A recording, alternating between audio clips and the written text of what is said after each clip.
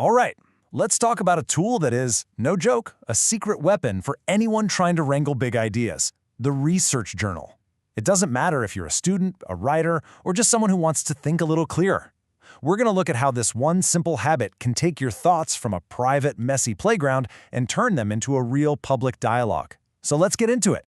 I just love this phrase, an ectopic brain. A second brain, right? One that lives outside your own head. Because let's be real for a second. Thinking is messy. Research is chaotic. You've got ideas popping up, weird connections forming, questions hitting you at 2 a.m., and trying to keep all that stuff in your own brain, it's just not going to work.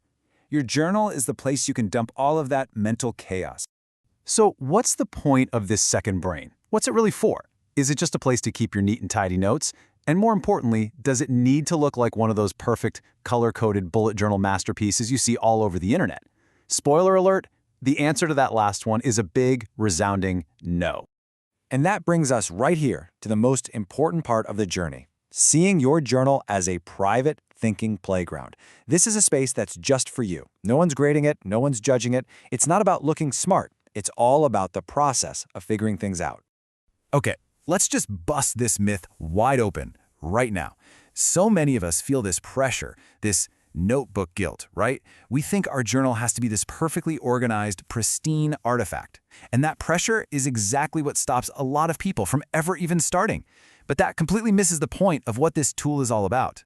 The reality, the secret really, is that the value is in the mess. A journal is supposed to be a safe place for your half-baked ideas, your weird tangents, and for asking all the questions you're afraid are stupid. It's a space where you can finally turn off that internal editor and just think. It's where you have total freedom to be wrong, and that's how you find clarity. This comment from a Reddit user just nails it, doesn't it? It perfectly captures that feeling. There's something about writing by hand that helps you get around that critical voice in your head. And they're so right. The feeling of physically turning the page on a bad idea, it's just so satisfying. So why does this work so well? Well, it's not just random scribbling. When you write things down, you're forced to activate what's called passive knowledge. All that stuff you kind of know but haven't really thought through. It takes your jumbled thoughts and gives them some structure. It shines a big bright light on what you don't know yet. And, maybe most importantly, it forces you to engage so deeply with other people's ideas that you make them your own. Which is, by the way, the absolute best way to avoid accidental plagiarism. Okay, so you've embraced the chaos. You've got your messy playground. Now what? How do we start to give all those raw thoughts some shape? You don't need some super complicated system. Turns out, a few really simple methods can bring a whole lot of clarity to that chaos. First things first, the great debate. Paper or screen? Analog or digital? You know what?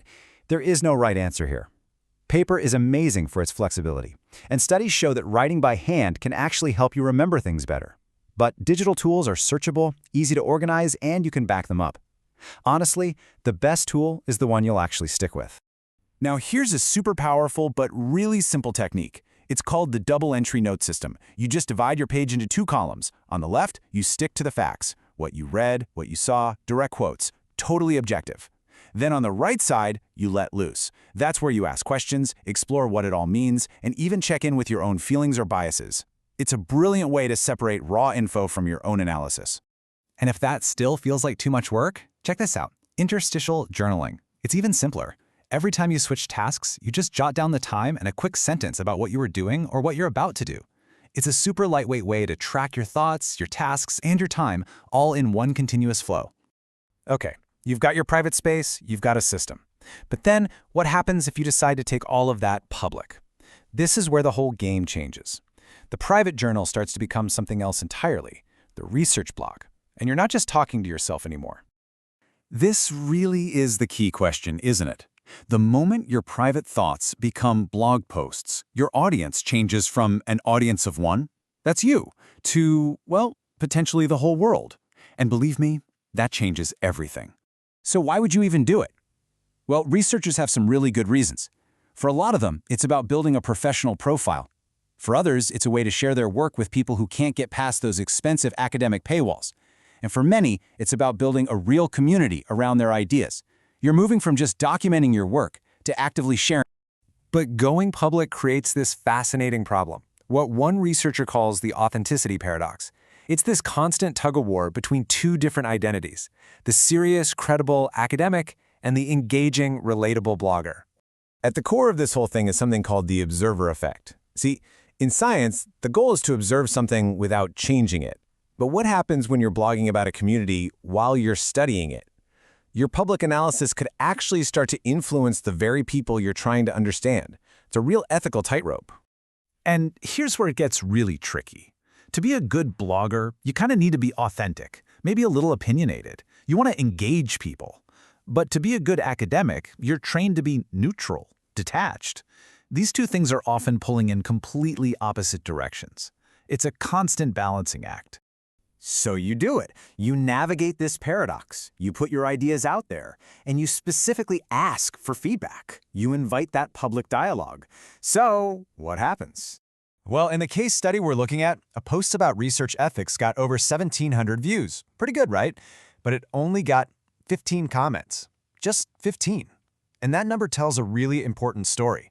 Getting eyeballs on your work is one thing, but getting people to actually engage in a real conversation, that's a whole different ballgame. So, we've gone all the way from the messy private notebook to the complicated public blog.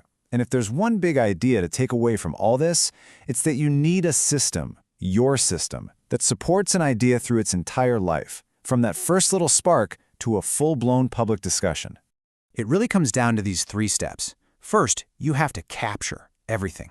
Embrace the mess. Give yourself permission to just get it all down. Then, you find a simple way to structure those ideas, to bring some clarity to the chaos. And finally, when you're ready, you share them with the world, understanding that there are new rules and new challenges that come along with that. In the end, this isn't about finding the one perfect app or the one perfect notebook. It's about building a personal system that works for you.